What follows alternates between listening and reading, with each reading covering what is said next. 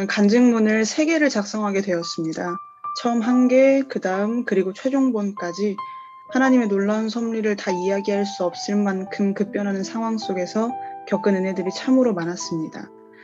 외할머니와의 시간, 영적 방해 속에서도 이루어진 큰 외숙모와의 시간, 막내 삼촌과의 시간, 그리고 친할머니 장례 중 일어난 전도의 시간들이었습니다. 그중 저는 3개의 간증문만에 최종적으로 할머니 장례 중의 정도들에 대해 나눠보려 합니다.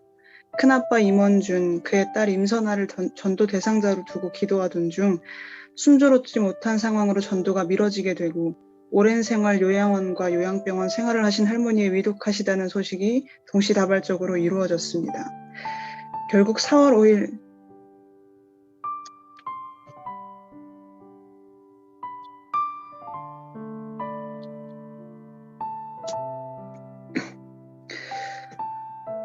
오후에 귀에 연명하던 할머니의 호흡이 멈추고 장례가 시작되었습니다.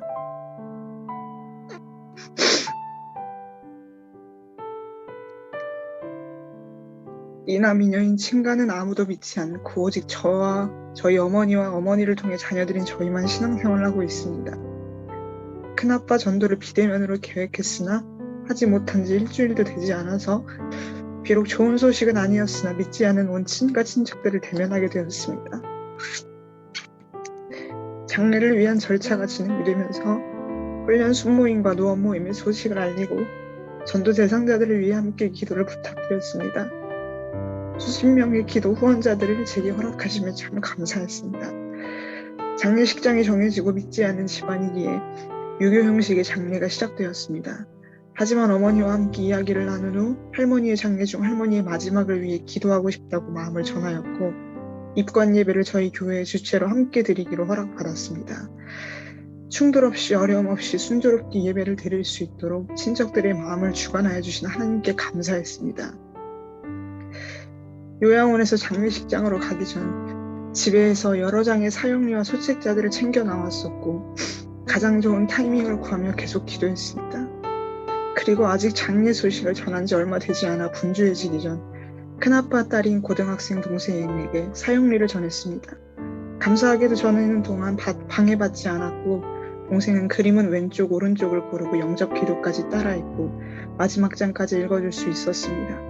동생은 좋았다라고 표현했으며 그 이후 절이 아니라 함께 서서 기도로 장례의식을 이행했습니다.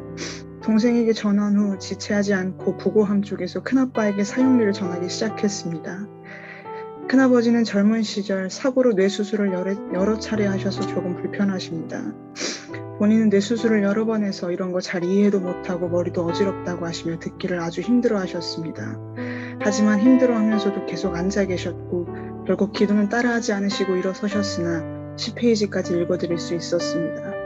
그만 읽어야 하나 끊어야 하나 시작을 어떻게 해야 하나 고민도 있고 떨림도 있었으나 계속 속으로 기도하며 담대함을 얻을 수 있었습니다. 사실 모임들의 소식을 알리기 전 알려야 하나 고민을 했었으나 유교 형식의 장례가 시작되고 할머니 사진 앞에서 절을 하는 친척들의 모습에 반드시 전도를 해야겠다 마음이 먹어졌고 제 힘으로 결코 할 수 없기에 급한 상황에서 소식을 알리고 기도 후원을 받아야겠다는 생각이 들었습니다.